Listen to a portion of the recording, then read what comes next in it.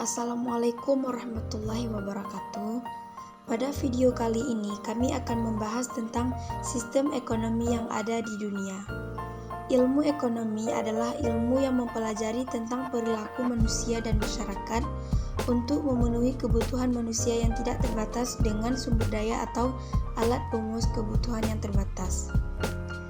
Ilmu ekonomi pertama kali dikemukakan oleh Adam Smith pada abad ke-18. Melalui karya besarnya The Will of Nations, Smith mencoba mencari tahu sejarah perkembangan negara-negara di Eropa. Sebagai seorang ekonom, Smith tidak melupakan akar moralitas, terutama yang terkandung dalam The Theory of Moral Sentiments. Sejarah perkembangan pemikiran ekonomi kemudian berlanjut dengan menghasilkan tokoh-tokoh seperti Alfred Marshall, Keynes, dan Karl Marx. Terdapat 4 sistem ekonomi yang ada di dunia. Yang pertama, sistem ekonomi tradisional. Yang kedua, sistem ekonomi pasar.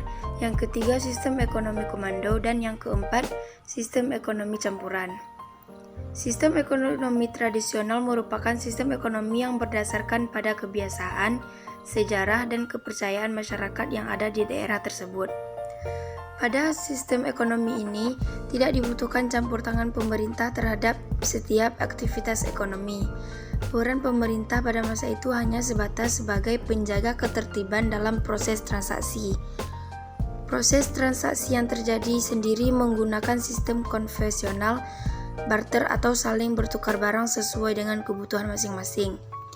Dalam sistem barter ini, harga sekilo garam menjadi sama nilainya dengan sekilo daging sapi.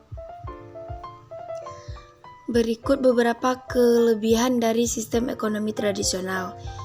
Yang pertama, tidak ada persaingan bisnis yang berarti karena semua berdasarkan kebutuhan sehari-hari. Tidak ada konflik berarti yang timbul akibat persaingan karena sifat kekeluargaan yang erat. Proses kegiatan ekonomi lebih cenderung jujur karena tidak ada kepentingan.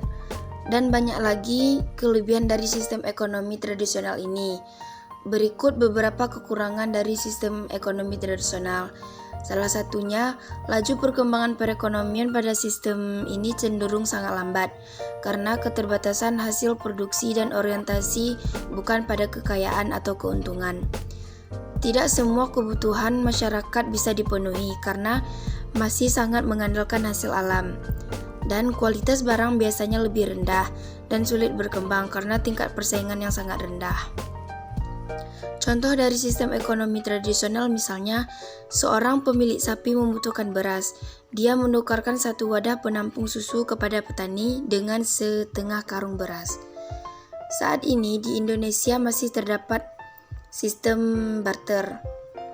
Misalnya seperti di daerah Kabupaten Manggarai Barat, Pulau Flores, Nusa Tenggara Timur.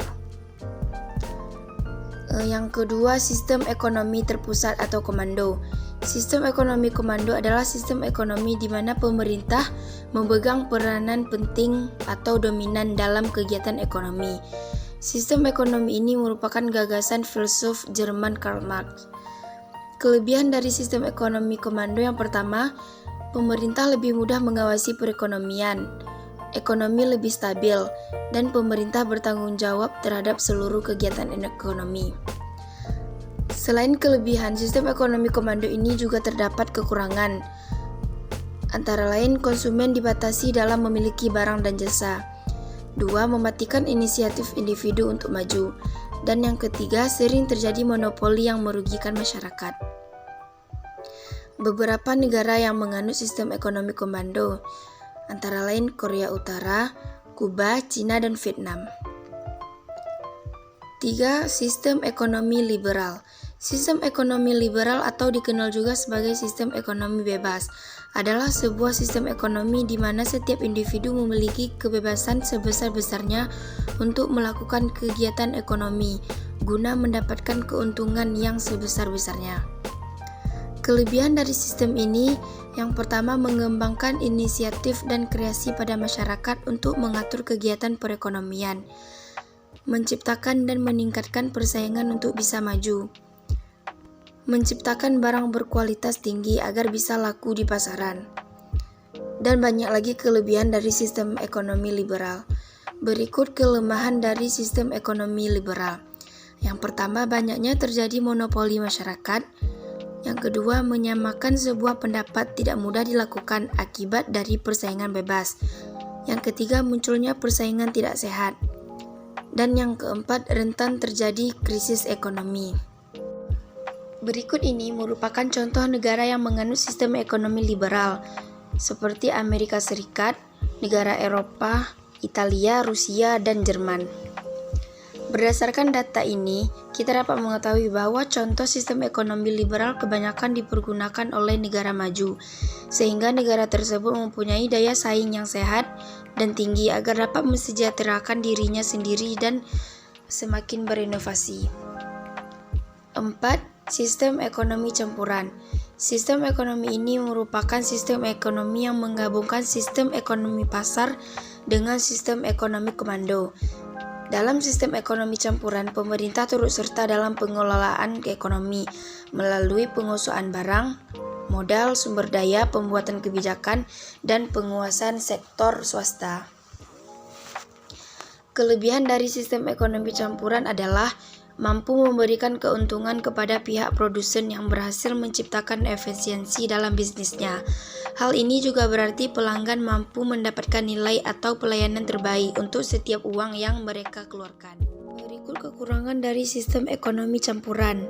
Yang pertama, jika tingkat kebebasan yang terjadi dalam mekanisme pasar terlalu besar, hal tersebut bisa membuat produsen yang kurang kompetitif semakin tertinggal jauh tanpa adanya dukungan pemerintah.